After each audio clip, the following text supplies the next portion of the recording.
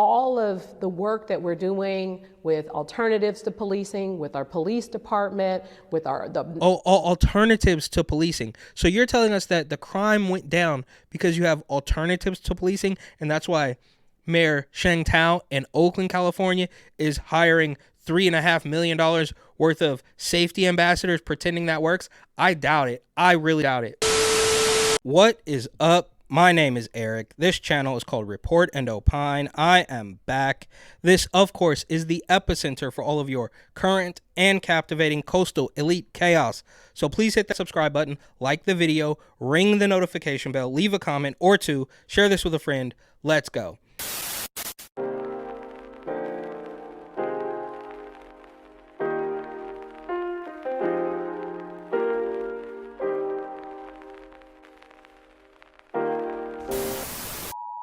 All right, first up in the lightning round, food cost compared to income is highest in 30 years, but it's all good. You don't have to worry. Inflation is actually down from its 41-year high, and we have borders to protect in several countries clear across the world, so keep that in mind, bigot.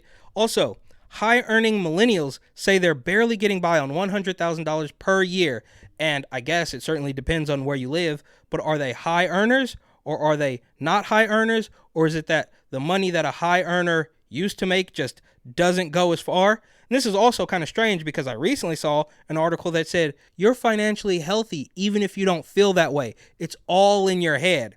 Then mom given $10,800 in taxpayer funds for poor families, spent most of it on luxury Miami trip. Quote, I wanted to blow it. And this is the real life welfare queen at work, spending more than half of what was given to her for free in a no strings attached manner to take a trip to Miami. But she did bring her kids. Then Nikki Haley loses in her home state of South Carolina, which is surprising to absolutely nobody. But what happened, Nikki? Because at first you said, I would not run if President Trump ran. I won't run if Donald Trump runs. But now she's saying, I said earlier this week that no matter what happens in South Carolina, I would continue to run for president.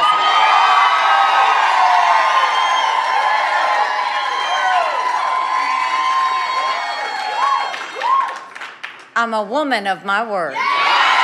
She is a woman of her word, she says. Well, the lie detector test determined that was a lie. And here we have the Reverend Al Sharpton on MSNBC quite literally shaming people to stay on the Democrat plantation. I repeat, the insult of saying that black voters would in some way be enticed to support him because he had a mugshot like all of us are criminals, or to say that because he Yeah, all of us are criminals, kind of like how that ambulance chaser Ben Crump said, well, we can stop crime if we just change the definition of crime because these people are trying to criminalize our lifestyle. So him saying that doesn't mean that all black people are criminals because, of course, he works for the establishment. But now Al Sharpton is telling us that black people are going to vote for Trump, or he thinks black people might vote for Trump because he has a mugshot, because most black people are criminals. I mean, it's so blatantly obvious at this point. These people they reek of desperation. And look, Al Sharpton, right? He used to be fat back in the day. Now he looks like a lollipop or a balloon or something. It looks really weird, but it goes on. Has 4 indictments, one of which, or really 2 of which, both Georgia and the federal, around him trying to rob votings when we had to fight. People were bloodied, beaten, and killed to get us the right to vote. And one of his supporters got on Fox News saying, blacks love him because of the sneakers. So let me get this right. He didn't support George Floyd Justice and Policing Act. Biden did, and signed an executive order. He did. Yeah, this is crazy. This is basically the exact same thing as Bo Jiden saying, if you are having trouble deciding whether you're for me or Trump, then you ain't black. Didn't support the John Lewis Voting Rights Act, but we supposed to go for sneakers and a mugshot. And those blacks that are standing there with him, have you no shame? Yeah, I mean, this is just through the roof, but it's going to get so extreme. I mean, this man is quite literally, he's not making any points. He's pretending to make points, and I guess that's a step in the right direction for them. But the bar is so low. Oh, back in the day, we had to fight for our right to vote. People were bloodied. Not really sure what that has to do with today, and it goes without saying, but I'll say it anyways. Every piece of history has been called into question in the last 4 years. I'm not saying it's untrue, not by any stretch of the imagination, but you do have to take everything with a grain of salt, because it's quite clear that when these people had control of everything, and there were 3 alphabet letter stations, and they were in control of every single thing that got out, they could say what they want. But now we have to take a closer look at quite literally all of it. But he doesn't want you to do that. These people don't want you to do any of that stuff. They want you to blindly obey. But for the millionth time, I don't understand why they can't just be honest and say this is more about the content of the character and not about skin tone, because it's quite clear that's what it's come to. And here is greaseball scumbag bang your wife Gavin Newsom again on MSNBC. I just did an entire video about his gaslighting along with Nasty, the Crypt Keeper, Pelosi, and they are going full bore, which to their credit, they don't have a choice. They can't tepidly say, come on, man, Joe Biden's good. He's better than the orange man. They have to say, he's amazing. Look how strong and beautiful and brave. He's such a man of character. But here he is once again trying to gaslight you into believing that Joe Biden is so successful. It's because of his age that he's been so successful. It's because of the wisdom and the character that's developed over years that we have the CHIPS and Science Act, the Infrastructure Bill, and the PACT Act, and the Safer Communities Act. And because we've seen these all those acts, all those bills, and all those acts with fancy Democrat doublespeak euphemism names, but they are literally laced, okay, maybe not literally, but figuratively laced from top to bottom with poison pills. And he's kind of saying the quiet part out loud here, because if you want to pretend that Joe Biden has been successful, that is only for him and for you guys. That is not a success for the American people. So he maybe shouldn't have mentioned that, but it's clear that the operation is working for them, right? Oh, you guys are scared of Rona, put your mask back on. But in the meantime, we're going to open up the border completely wide open. They're going to start assaulting cops, and California is going to circle the toilet. Businesses are going to leave left and right, but that's all success. And we also have all these bills, the SAFE Act, the PAC Act, or whatever. Oh yeah, he's doing real good. Is he, Gavin? Is that true? Well, for him, yes. For Gavin Newsom, Bo Jiden is doing a good job. For the average American, Bo Jiden is doing an absolutely terrible job, and that's why it's a little strange for him to actually pretend this is success, because anybody, maybe I don't know what the word success means, but it's pretty clear that the success only works for them. Bipartisan accomplishments because of his capacity of understanding, because of his leadership. So the opportunity to express that for 4 more years, what a gift it is for the American people. And as a Democrat, what a gift for me to make. Yeah, of course it's a gift for you, bro. Yeah, so here he is. First he says, oh yeah, Nikki Haley is basically working for the Democrats, and now Joe Biden is a gift to him. And those things are all true, but and he can get away with saying these type of things because as I've suspected for quite some time, but have basically cemented that a lot of people in California have been beat into submission. They realize in their head, there's some force that is making sure they don't actually talk about politics. So Gavin Newsom can go on there and say, I'm amazing. Joe Biden is a gift to me. He is a gift to you. And they'll all just say, yeah, I guess so. Even though they know it's not true, but the repercussions, the backlash of speaking out against these people is scarier than the idea of them actually continuing to destroy the entire state and working on the country. All right, this one's crazy. This is Andrew Gillum on the Native Land podcast with former CNN CIA talking head Angela Rye and former MSNBC, who was even too extreme for MSNBC for something she said, but Tiffany Cross. And now this is Andrew Gillum, and we will relive very briefly what this man has been found doing. But this is him infighting with Rashida Tlaib, who I guess has been fairly critical of Bo Jiden, saying, well, yeah, you could, and he's tiptoeing. He's doing, this is the emasculation that they want. So he's tiptoeing around Rashida Tlaib. He's going to kind of compliment Sandwich, or like, she's so amazing. But, you know, I wouldn't vote against Biden because he's our guy, even though, I mean, there's always so many levels to this madness. But here he is pushing back in the nicest way possible on Rashida Tlaib. Rashida, who is the only Palestinian American, I believe, in the U.S. Congress, Yes. is seeing her community, her people being largely displaced. She's saying there's got to be some humanity being exerted here. And I have to tell you, if there's going to be a protest vote, Okay. So, yeah, she's the only Palestinian woman of color, super brave and beautiful in U.S. politics. So that's good. But she's critical of Bo Jiden. And I'm going to say that she's asking you to vote against him. But we can't do that because he's our guy. I much prefer it in a primary election rather than when we get to November and we are choosing between two people, largely, where one of them is going to emerge as president.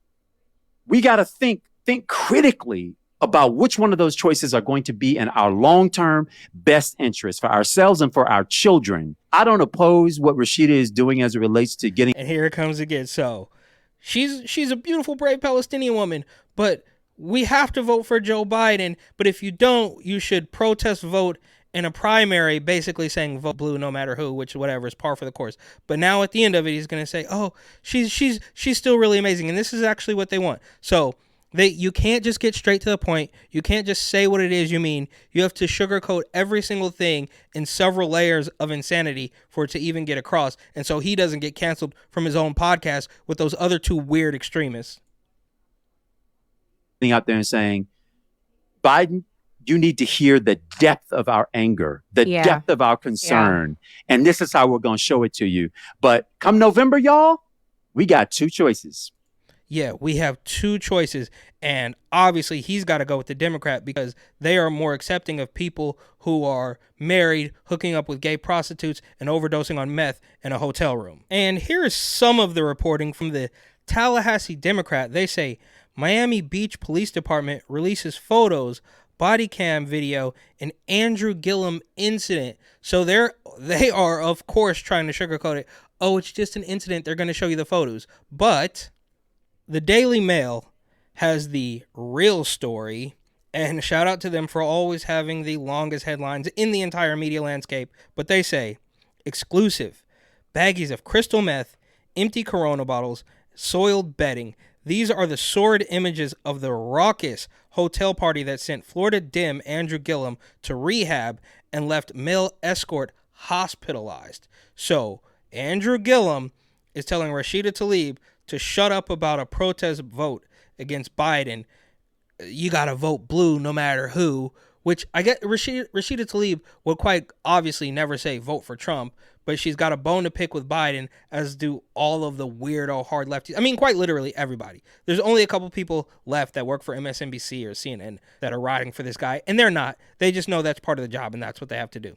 But, I mean, this guy wants you to know that, look, these are some of the photos. If you didn't remember, right? Because they want to memory hole everything. The news cycle moves so fast that you can't remember anything that happened 48 hours ago. And if you do, that is certainly a conspiracy theory. But here's one of the bodybuilders he was with. I don't know what that is. Some sort of injectable medicine containing alprostadil, I don't know, which is typically used to treat ED. Oh my word, this is actually worse than I thought. So they got some liquid Viagra in there. Who knows what that is? Bodily fluids. These are the sheets. That's the hotel. I mean, this is completely disgusting. But, I mean, this is obviously a throwback story. But my point here is you've got this guy who was caught with a male prostitute who OD'd in a hotel room going to bat for Biden against Rashida Tlaib, who doesn't like Biden's stance on Gaza or Israel, Palestine, whatever. So make of that what you will. So there you had the mainstream libtard Florida media saying, oh, the Andrew Gillum incident.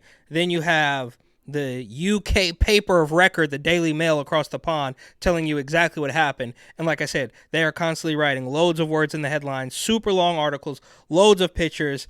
They do the job that the American press won't do, because this here from CNN and CNN Politics on Instagram, this is what they're doing. Why these voters say they support Trump despite his indictments. So here we are again. Look at everything we've thrown at him. How dare you still support him? We've done literally everything in our power to make sure that you don't like him, but it only makes him stronger with every single indictment or charge or whatever it is. And what's really funny here is that you're going to see them say, well, how about if he gets convicted? Would that change your mind? So they're pressing. They're like, well, what if we put him in jail? Then will you not vote for him? That's how desperate these people are. Any concerns about the criminal charges that he's facing and how they could... Yeah, the criminal charges that the media, CNN especially, MSNBC, I mean all of them, they're all complicit and pushing this narrative nonstop, right? Since the day he came down the escalator, they wanted him out. Since Inauguration Day, all the way back in 2017, they tried to impeach him. They've been grasping at straws from Russia to Ukraine, P-tapes, grab him by the... everything. It's just ridiculous. And now they're at the point, well, how about if we convict him? Then will you change your mind? Impact the general election? No, I think that it's really hard being a young person trying to get a hold of information in the news, because there's so many voices, and so it's really hard to know what to believe, and there's so many theories and stuff.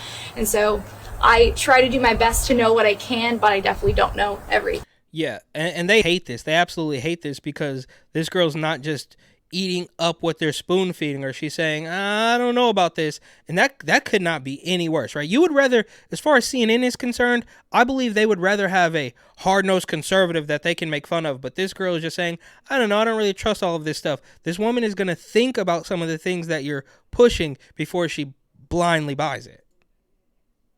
As somebody who has accidentally broken the law myself, carrying a firearm into an airport, I believe that the legal system can be confusing, not always transparent. Yep, and they're going to love this. And you can read a whole bunch of the comments here.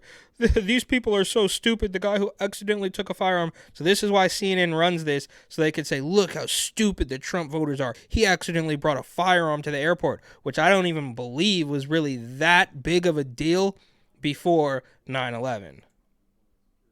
And until he is charged, really found guilty for something and punished appropriately so for it, I am not concerned about where he stands currently with legal situations. So if he is convicted, you would be potentially open to voting for someone else? So if he is convicted, you will change your mind and come with us. We have a completely, false reality built from confiscated guns and pharmaceuticals. Come on this side. We'll put him in jail for you. I mean, what planet are these people on? I don't know if I would go and, hold on, let me think for a second. Again, another discerning individual. So this guy, they put him on there. Oh, he's so stupid. He accidentally brought a gun to the airport, but he's going to actually think about what they're saying. And that's the worst possible thing for CNN, right? You got guys like Jordan Klepper out there with Comedy Central and The Daily Show, and they want to get people who are not thinking. And there are obviously hundreds of millions of people who blindly follow Trump, which is, a little bit strange. But that, sorry, in my humble opinion, that's better than blindly following any Democrat. And they would rather have that person so they could make fun of, rather than someone who's going to think about the things that they're actually saying. That is no good. It would have a serious impact on my decisions. As you know, Donald Trump has a few legal cases pending against him. If he is convicted in any of those cases, would that change your mind about it? No, because it's all BS. Well, they've had a hard time convicting him of anything so far. I guess it would have to depend on what it was, but right now, probably not. Yeah, so there they are, trying to do some sort of weird gotcha journalism on the people of South Carolina, because they couldn't even be bothered to vote for Nikki Haley, who is arguably a Democrat at this particular point in time. But this is just how desperate they are. And here is a clip of San Francisco Mayor London Breed claiming that the crime is going down, which, sure, I guess the crime is going down. That's probably because a bunch of retailers, residents, and restaurants have all left, so there's less opportunity. You've decriminalized nearly everything. So yeah, crime has gone down, but let's see what she has to say. At crime in San Francisco. We're definitely doing better. San Francisco Mayor London Breed says despite the city's perception, crime in the city is actually down, according to newly released numbers. But some business owners aren't feeling that reality, and San Francisco still has a perception problem when it comes to crime. Our Max Darrow has the story. Yeah, perception. Yeah, the perception is still there. So she wants to pretend that even if this is true and crime has gone down, which it probably has because most people have left and businesses and all of that stuff, but if that's true, you want us to just ignore the last 5 or so years of complete chaos and then crime drops in 2 or 3 months after huge retailers have fled and say, oh, well, the perception hasn't changed. Like, so ignore the last handful of years, but take these last 6 weeks, and crime has gone down under our watch when we decriminalized a whole bunch of stuff and everybody left. And you weren't immediately ready to just say, oh, well, it's much better now. It's all been fixed. What are you talking about? That's probably because her re-election campaign is flailing. We have the lowest crime rate in 2023 than we've had in 10 years, not including 2020 when we shut the city down. That's the word from San Francisco Mayor London Breed and SFPD data shared by her office that is... Why is she always dressed up like a weird Batman villain? She has a purple suit and she has this weird blue suit. It's weird. ...is publicly available shows the reality. When comparing January 2024 to January of 2023, property crime and violent crime down 32 and 11% respectively. Now, that's probably good. We know that 911 doesn't really work, and so perhaps less people are breaking into cars. And I would say that's not because of London Breed. That's not because of the cops. That's because bipping was worldwide news, national news. Everybody knew about it. Tourists from all over the world were getting their car broken into. So now everybody knows about it, and that crime has subsided, and they're on to a different one. And violent crime, okay, sure, maybe we can give them a little bit of success there, but they're so completely sleazy and dishonest. I'm sure they're fudging the numbers somewhere. Is down 32%. Violent crime down 11%. During the same time frame, the numbers show a 39% reduction in larceny theft, which includes car break-ins and retail theft, an 11% reduction in robberies, and a 20% reduction in burglaries. Looking at January 2024 versus the 3-year average across January 2018 to January 2020, the numbers show property crime is down 40% and violent... Wait. The source is from the mayor's office and the San Francisco Police Department. So it's quite possible they're just literally, I mean, you can buy you could buy everything in San Francisco. It's all decriminalized, man, because we don't want to stigmatize anyone. But these stats are coming from the mayor's office. How on planet Earth is that trustworthy at all? Violent crime down 24%. All of the work that we're doing with alternatives to policing, with our police department, with alternatives to policing. So you're telling us that the crime went down because you have alternatives to policing, and that's why Mayor Sheng Tao in Oakland, California is hiring $3.5 million worth of safety ambassadors pretending that works? I doubt it. I really doubt it. Community-based organizations, how we're bringing all of that together has led to significant change on the streets of San Francisco. The numbers may be reality, but for some, they're just numbers, because that isn't the reality they're experiencing. Absolutely, because they're probably lying with statistics. Bill Gates taught us how to do that. And for the the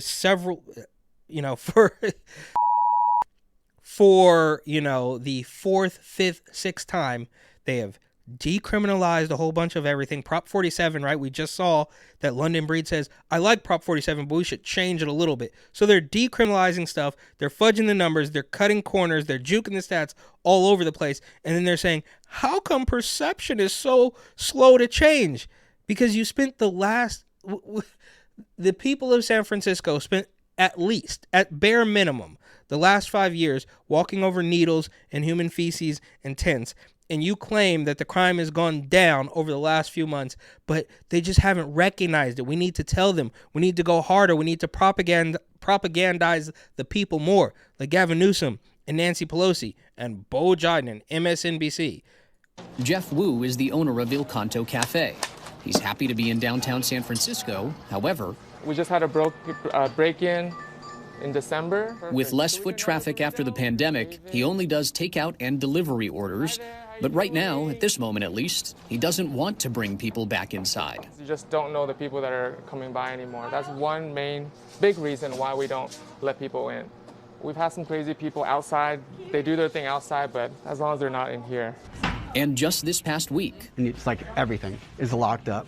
The team at Frederickson Hardware at Fillmore and Union showed CBS News Bay Area the steps they're taking to reduce shoplifting at their store. Need replacement? After a recent string of thefts, they now have employees escort customers as they shop. It was still locked. Yeah, it seems like progress to me. So we've turned everything into, we hate the cops, so there's no more police officers. In fact, we're going to charge you an extra tax if you want a human police officer to help you. But we are going to install cameras and drones and all that stuff. And this is definitely progress according to London Breed. Longtime employee Sam Black says they've experienced the worst bout of shoplifting he's seen in his more than 20 years working there. It's just been lawlessness. Oh, okay, so that guy is dealing with the worst he's seen in 20 years of working at that shop. And you can tell he's part of the agenda because he's walking around that store in a mask. So he would love nothing more than to say, oh, it's all good, nothing's happening here, I love this job. But he can't because it's completely through the roof. And even with his mask on, he has to be honest. I've never seen anything like this, not even close.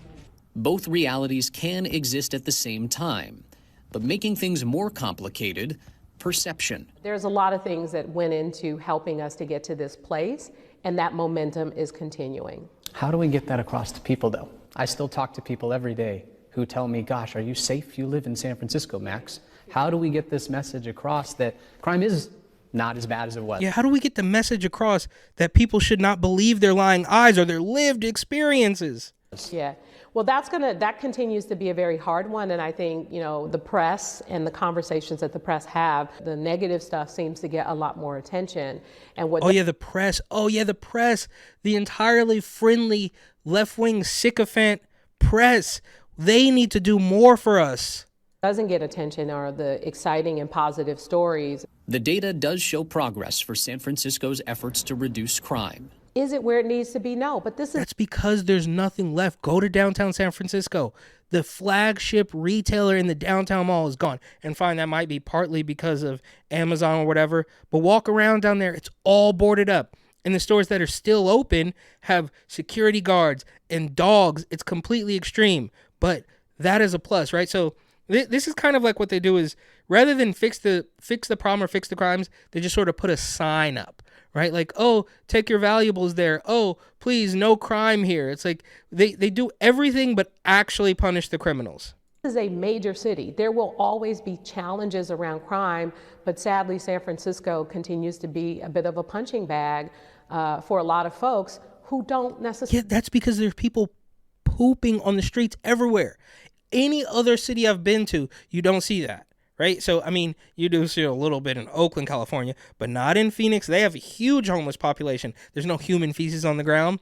Not in Sioux Falls, South Dakota. Not in Fort Lauderdale, Florida. Nowhere else I've ever been besides San Francisco. And she says they're a punching bag. Yeah, it's because they have to walk over needles and tents and human feces everywhere. And it goes without saying, but I will say it anyways. This woman paid $23,000 in ethics violations fines because she was taking kickbacks from the Department of Public Works head who was supposed to be taking care of all that. He said, oh, well, I gave her $5,600 to fix her car, even though she's the highest paid mayor in the country. And then she starts talking about climate change. I mean, it's just ridiculous. I don't understand how people can't see through this by now. Necessarily live here. But for those who aren't experiencing the progress, the numbers will remain numbers until their reality changes. The mayor. Yeah. Okay. So there you have it. London Breed, gaslighting, as per usual with these people. But we know now that they can get away with this stuff because in my in my experience, a small sample size in the grand scheme, quite obviously, but I think it is reflective of a bigger problem, is that the people of California, or at least the Bay Area, realize that even talking to me with my buddy, an iPhone, right? We're not a huge news crew. They're not huge personalities. At least I didn't recognize any of them. They're not famous. These people I talk to all over the Bay Area, I don't know what they have to lose. Maybe it's their job, which makes it even worse. Because if you were a high-profile individual, you could maybe get away with saying, all right, we got to stop this. This has gone on too long. But them as, just regular Californians saying, yeah, they can have a regular conversation. But as soon as it gets even mildly political, oh, no, I don't want to talk about that. I can't talk about that. Like, yeah, I mean, it's a little weird, but that's about all I can say. Got to go by. I mean, that's why these weirdo politicians can get away with completely gaslighting and lying, is because they know that people have been properly brainwashed and beaten into submission not to push back on one single word they say. All right, I guess that's it. The media gaslighting continues. I feel like I'm saying the same thing over and over again, which I probably am, but I'm going to do it as long as this weirdo establishment media continues to do it. Andrew Gillum, the weirdo married man stepping out on his wife with a gay hooker doing liquid Viagra and meth in a hotel room, almost became governor of Florida and is now begging you to get back on the Democrat plantation, along with Reverend Al Sharpton, who is saying, quite literally, shame on you for not doing what we said. And if that's not racism, I don't really know what is. So this political regime and this media establishment, but I repeat myself, they are either really, really stupid or really, really evil. I go back and forth. It's probably a little bit more evil, but either way, there is no good answer to this. And then on the opposite side of that, you have the American people, which I believe fall into basically two categories. One, which is blind allegiance to the establishment, or aggressive opposition to the establishment. And I think most people right now, even in California, even as they pretend they can't talk about it, they know what's really going on. And that's why these hacks, these politicians, these establishment weirdos are constantly freaking out and gaslighting you and telling you, don't believe your lying eyes. All right, we'll leave it here with an absolute classic, all of the who is this bits from Seinfeld. Yeah. Jerry, my hairdryer ruined the picture. I know I need another one, and I can't get back into the Forbidden City. Who is this? Jerry! Yeah. Jerry! The Japanese guys had sake in the hot tub. You gotta get them out of the drawers and get them down here, or I don't have a focus group to sell the pilot to Japanese TV. Uncle Leo? Jerry! All right, I'll wake him up. Testy. Hello. Jerry, don't drop down to my desk. Steinbrenner's in the room. You gotta help me. Who is this? Jerry. Hello? Elaine, you gotta get back down to the dealer. Putty is screwing me on this car, which is yellow now. Who is this? Elaine!